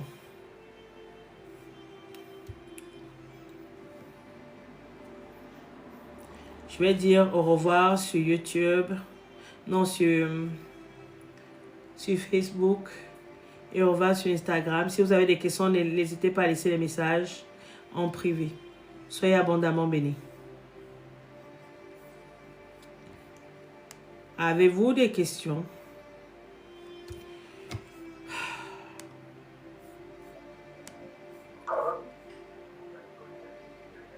Gaël, tu as des questions? Bon, par rapport à une question. Oui. Est-ce que ça dit que lorsqu'on fait un travail et que l'on aime vraiment ce travail-là, c'est dit que c'est la mission de notre vie? Hein? Dans le Seigneur. On a qui sont appelés par exemple à plein temps, il y a d'autres qui sont appelés peut-être à mi-temps. Parce que tout le monde ne veut pas laisser vous servir. Non, non, non. Je suis d'accord. Je suis d'accord. Il y a des serviteurs de Dieu qui servent à plein temps. Il y a ceux qui servent à mi-temps. Ça dépend comment le Seigneur t'appelle. Le Seigneur peut t'appeler à servir à plein temps. À ne pas travailler de côté. Comme il peut t'appeler à servir, il va disposer, s'il veut que tu travailles, il va disposer quelque chose à côté qui ne va pas trop te bousculer dans ton œuvre. Tu comprends, non? Tu comprends ce que je veux dire? Je comprends. Et qui ne va pas trop te bousculer parce que son œuvre, c'est la number one. Mais comme il ne veut pas que, s'il ne veut pas que tu sois là à 100%, mais que tu sois là, par exemple, à 80% et 20% à côté, il va disposer. Mais ça, c'est question de conviction et c'est question de discernement. Parce que quand tu travailles avec Dieu, si tu vois que pendant que tu travailles, tu passes des entretiens, tu n'as rien. Tu essaies de trouver un travail, zéro. Tu fais ci, zéro. Mais si Dieu veut te donner, il va te donner, il a été donné depuis longtemps. Mais s'il ne te donne pas, c'est que il veut que pour le moment là, tu serves seulement que lui et lui seul. C'est difficile, hein? Très difficile. À ça, je vous le dis. Vraiment, moi, ça entraîne une certaine incompréhension. Une certaine incompréhension parce que c'est un peu, je peux dire même à la limite, c'est un peu mon cas. Parce que quand j'ai décidé de revenir sur Abidjan, oui. En fait, je ne suis pas revenue parce que je suis revenue comme ça. Mais j'avais dit, parce que j'avais la conviction qu'il fallait que je revienne. Parce que moi, le message que j'avais reçu, c'était disant, tu n'as pas encore fini la mission pour laquelle que je veux que tu passes en Côte d'Ivoire. Donc, moi, je pense que ce que ça voulait dire, c'était une formation, c'était quoi, je ne sais pas. Mais bon, je ne peux pas dire ça aux parents, parce que de toute façon, on n'a pas la même façon de voir les choses. Bah oui. Moi, j'ai dit au Seigneur, moi, j'ai déjà dit ce que je voulais. Mais si vraiment c'est sa volonté, lui-même il va disposer des choses et puis, sans problème, je vais partir. Donc c'est ce qui a été fait. Et véritablement, je suis arrivée, je n'ai pas menti. Je suis allée dans un tourbillon, oh, bête de ceci, bête de cela, monter ici, monter là-bas. Ça fait que je me suis concentrée véritablement d'abord sur les frais que je devais, pas les frais. Mais parce que où j'étais, ma maison, j'avais gardé la maison. Oui. Donc le propriétaire, lui, quand je viens comme ça, je vais payer son argent. Quand je marche avec une maladie d'argent. Alors que Dieu fait, je ne suis même pas venue avec 5 francs. C'est l'argent qui était dans mon compte là. C'est ça que j'ai retiré à l'aéroport. Même pour payer taxi, on m'a même pas donné 5 francs. Donc, lui, jusqu'à présent, bon, par rapport au travail que je faisais, on ne m'a pas rappelé dessus. On a attendu comme ça, dit que oui, elle c'est comme ci, elle c'est comme ça. J'ai même essayé même de retourner ou faire certains travaux, travailler en freelance là-bas. Elle m'a fait certains tournis que je n'ai pas compris, donc j'ai laissé tomber. Donc, parce que en réalité, même, je dis que je travaille, mais je travaille à la limite parce que c'est juste pour savoir ce que gérer les petits cas, mais que ça me permet de rembourser même ce que je dois rembourser là. Ce que j'ai menti, je n'arrive pas à rembourser ça. Donc, c'est là que je me suis rappelé de ma mission même en réalité, de ce que Dieu m'avait dit quand je venais.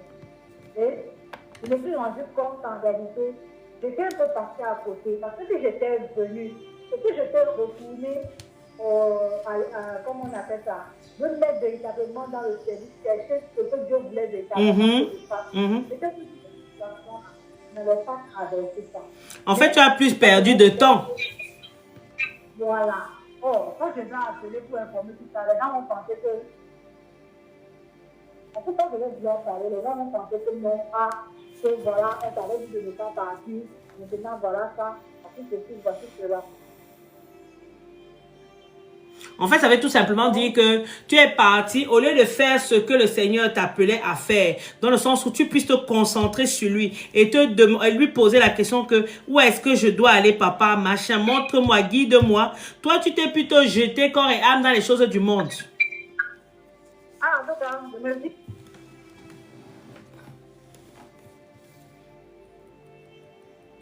Allô?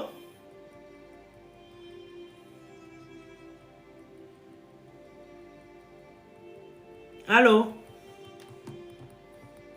Donc, vous voyez, la sœur, elle explique que elle devait partir d'un point à un autre. Le Seigneur l'avait convaincue qu'il fallait qu'elle voyage pour aller d'un point à un autre.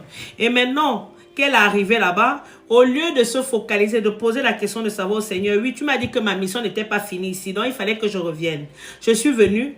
Plutôt elle a été, comment on appelle? Elle a été attirée par les choses du monde pour aller régler telle chose, chercher le travail à gauche, faire ça. Pourtant, ce n'est pas ça. Pourtant, si elle entrait dans la directive du Seigneur, ça aurait été plus facile. La majorité du temps, on est là toujours en train de courir à gauche, à droite. C'est très difficile. On fait ci, on fait ça. Pourtant, si on s'assoit, on dit, Seigneur, conduis-moi. Conduis-moi, parce qu'il dit dans sa parole, demandez. Oui. On a accepté de faire comme il m'avait dit. Le travail, je l'aurais gagné depuis. Bah oui. Bah oui. Je l'aurais gagné. Mais la pression, je ne savais pas, actuellement même je ne peux pas mentir. Parce que je suis obligée. Parce que le Seigneur a fait de sorte que je ne vais pas mentir. Alors au départ, je me lamentais, mais ça m'a touché un peu. Je suis obligée de libérer ma maison. Et puis maintenant, d'aller où je dois aller m'asseoir. Pour maintenant véritablement le service. C'est-à-dire, il a su comment le faire tourner, non? Et je suis arrivée finalement au point final là. C'est ça que je vais faire maintenant. Parce que là, quelque chose que tu devais commencer depuis des mois que tu es parti, c'est maintenant que tu prends ça. Il n'est jamais trop tard. Comme on dit, le plus important, c'est que tu te sois mise sur la route. Que le Seigneur voulait que tu empruntes. Le plus important, c'est ça.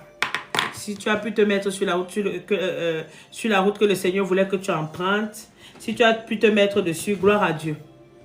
Maintenant, qu'il te conduise, qu'il t'amène à accomplir sa volonté. Allô?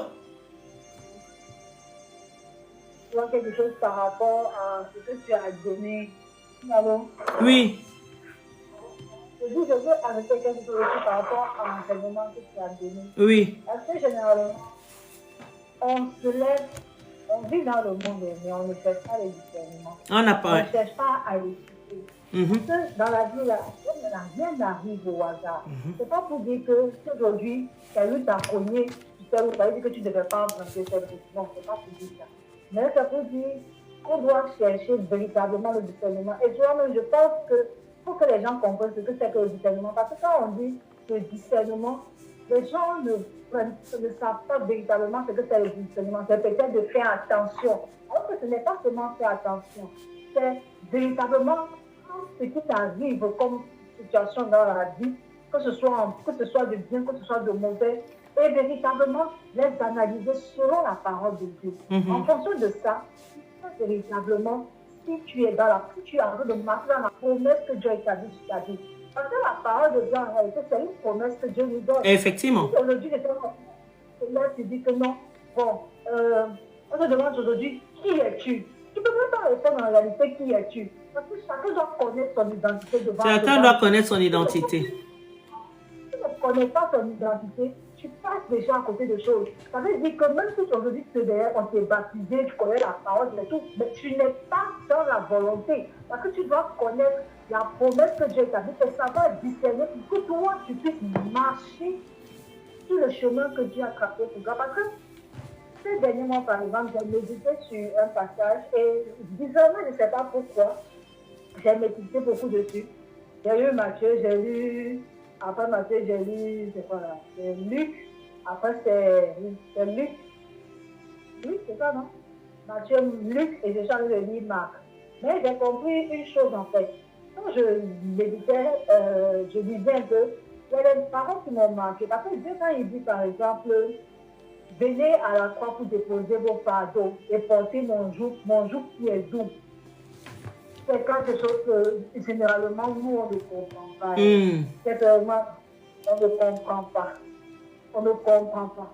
Nos soucis là, on aime porter ça. On aime porter nos problèmes, on aime ça. Nous sommes des mazos. Pourtant Dieu nous demande, papa nous demande de venir déposer nos charges au pied de la croix. Tu déposes ça au pied de la croix. Ça veut dire que tu dois avoir la paix. Tu dois être en joie tout le temps. Or, tout cela, il faut déjà que tu comprennes que... Attends même, je te coupe 2 minutes. Hein. Non seulement tu es dans la joie, mais tu as la paix. Parce que tu sais que c'est ton papa qui gère dorénavant tes fardeaux. Ce n'est plus toi. Voilà. Donc, tu dois être dans cette assurance-là que tu n'es pas seul. Parce que souvent, on dit le travail, le travail. Parce que, par exemple, j'écoutais un message qui disait, bon, je ne vais pas terminer, il disait, les gens pensent que servir Dieu, c'est difficile. Oui, parfois, c'est difficile. Mais en réalité, c'est plus, c'est porter, c'est-à-dire, comment dire, le jour que la parole, que le Seigneur te donne, est plus doux que ce qui est dans le monde en réalité. Mais il faut savoir, si tu n'as pas, en fait, il faut appliquer la parole pour que ce jour-là soit doux dans ta vie.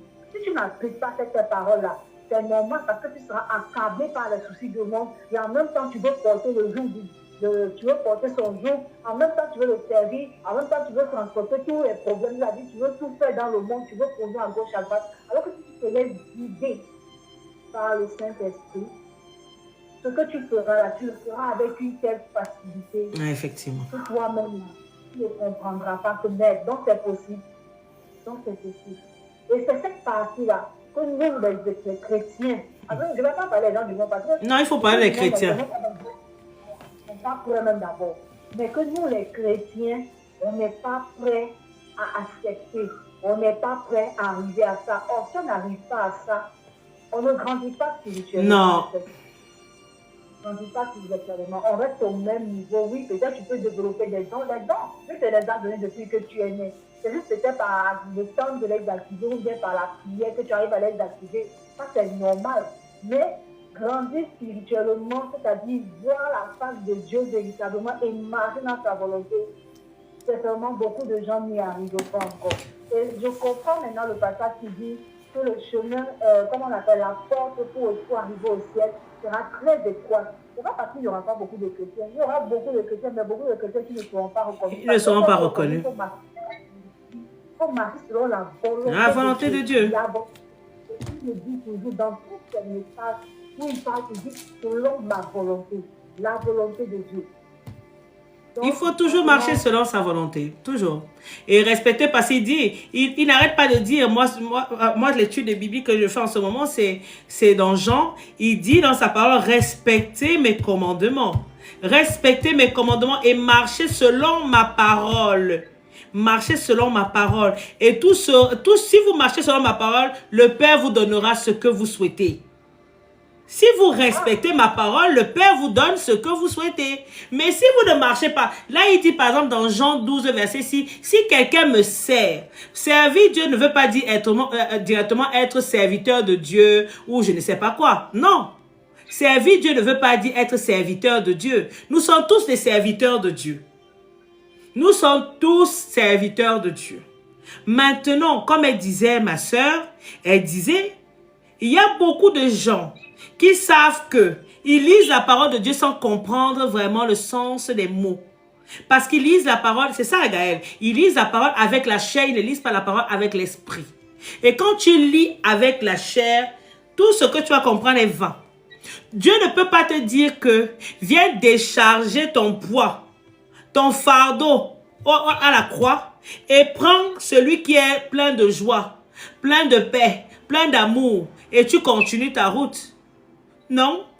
Vous, les chrétiens, eux, ils vont porter charge lourde. Ils vont porter machin. Ils vont porter tout sur leur corps. Après, ils vont dire que j'ai pris Dieu, mais Dieu ne m'entend pas. J'ai pris Dieu. Le discernement dont on parle là, ce n'est pas, c'est le discernement des esprits. C'est le discernement, il faut discerner que quand tu es là, ce qu'on t'appelle là, ce qui est en train de se présenter devant toi, est-ce que cette chose-là vient de Dieu ou ça ne vient pas de Dieu? Est-ce que cette chose, Dieu, le Saint-Esprit qui est en toi, c'est le Saint-Esprit qui discerne, ce n'est pas toi. En réalité, ce n'est pas toi. Le discernement des esprits, ce n'est pas toi. Parce que l'esprit qui est en toi est l'esprit de Dieu. Il va discerner l'esprit qui est en face, qui est l'esprit du diable. Il va discerner que cette personne-là, c'est l'esprit de Dieu. Donc, je dois plutôt me diriger vers cette personne-là. Ou le message qui vient là, c'est un message de Dieu. Parce que Dieu parle tantôt d'une façon, tantôt d'une autre. Dieu peut parler même par la bouche d'un païen. Dieu peut parler par la bouche d'un enfant. Mais si tu n'as pas les oreilles pour entendre, qu'est-ce que tu fais? Si tu n'as pas les oreilles pour dessiner ou l'esprit de Dieu pour discerner que c'est Dieu qui est en train de me parler là, par rapport à telle situation. Comment tu vas savoir? Tu ne sauras pas. La sœur, elle est partie d'un voyage avec une mission que le Seigneur devait lui avait donné. Elle est partie, elle s'est un peu embourbée dans les différentes choses de la vie. Et après, elle s'est ressaisie pour dire non. Il faut, si j'avais suivi, mais le si j'avais là arrive toujours tard. Mais ce qui est fait est fait. Il n'est jamais trop tard. Elle peut encore se lever et aller continuer. Parce qu'avec papa, c'est ça. Papa est lent à la colère.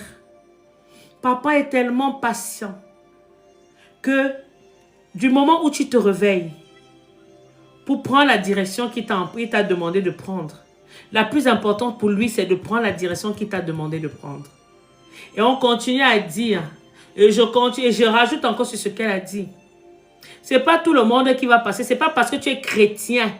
Moi, j'appelle les chrétiens 2.0.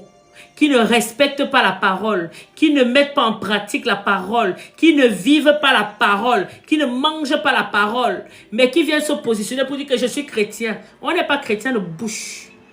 On est chrétien d'action. Chrétien d'action. C'est ça. Et je vais... Oui, vas-y. Vas-y, vas-y. Le discernement, là, il faut que le discernement, ce n'est pas le moi intérieur qui te parle. Parce que souvent, quand on dit discernement, on te dit que le Saint-Esprit, les gens ne comprennent pas, ils se disent que non, je suis baptisé dans le Saint-Esprit. Oui, tu as le Saint-Esprit. Mais en réalité, ton Saint-Esprit, est-ce qu'il doit grandir en toi? Et il grandit par une vie de prière et par la méditation de la parole. Effectivement. Ce qui en toi véritablement se manifeste. Et que même par moment, pas que par moment, que véritablement tu arrives à communier. C'est-à-dire quand tu fais quelque chose, toi-même tu sais que ce que je suis en train de faire là même, c'est pas bon. Ou bien même avant de faire quelque chose, le fait que tu t'alarmes des gens pour te dire que attention. Pour le faire comme ça, change de voix, ou bien fais ici. Donc, véritablement ce discernement vient par la vie de prière, par la méditation de la parole. Parce que rien ne peut se faire sans la parole de Dieu. On dit la parole là, elle est esprit, vie et vérité. Elle est esprit, vie et vérité. Le sentiment de la nuit là, elle vient vivre en toi. Elle habite en toi. Elle a le temps. C'est pourquoi il dit, ma parole, lorsqu'elle est balancée, lorsqu'elle est lancée, lorsqu'elle est prononcée, elle ne retourne jamais à moi sans avoir. Effectivement. C'est celui qui entend, même si je suis en train de tourner comme un jour cette parole-là va agir dans c'est une parole qui est dite. Voilà. C'est une parole qui est dite. Donc même ce que nous lisons là, cette parole, c'est la branche, c'est la parole, mais qui dit encore, c'est la parole de Dieu. Donc elle est dite, elle dit en nous. Et c'est elle qui permet au Saint-Esprit de se manifester, de véritablement soumettre notre chair à la volonté du Saint-Esprit, de sorte que le Saint-Esprit commence, parce que comme on le dit, au départ on était des êtres spirituels, mais Dieu il nous a créés en tant qu'êtres spirituels, il nous a pas envoyé sur la terre forcément des êtres charnels, mais c'est tout ce qu'il y a eu au commencement qui a provoqué toutes ces déchéances-là. Donc, en réalité, on doit revenir comme nous-mêmes dans notre premier amour. On doit revenir comme au départ d'Adam et Ève, dans la création. Des hommes purement spirituels. Et c'est là que vraiment le Saint-Esprit doit prendre le dessus. En fait, il doit se manifester pour que le discernement dont on parle là puisse vraiment avoir sa place. Parce que le discernement ne peut pas se faire sans la parole. Non. Non. Le discernement ne peut pas se faire sans la parole, ça c'est certain. C'est pour ça qu'aujourd'hui, par exemple, je disais je suis tombée sur une sœur, et puis c'est une sœur qui ne lit pas la Bible. J'ai regardé comme ça. L'Esprit de Dieu m'a dit que ce n'est pas la peine qu'elle commence à lire le livre même. Elle ne va pas le lire. Elle ne va pas le lire. Je lui ai dit, va télécharger la Bible. Télécharge la Bible. Mets-la dans la maison comme si c'était une musique. Tu vas tomber, Dieu va te parler. Coûte que coûte, vaille que vaille. Il va te parler quelque part. Il y a des messages qui vont entrer que toi, tu ne crois pas. Et j'ai toujours tendance aussi à dire que moi, par exemple, je dors avec...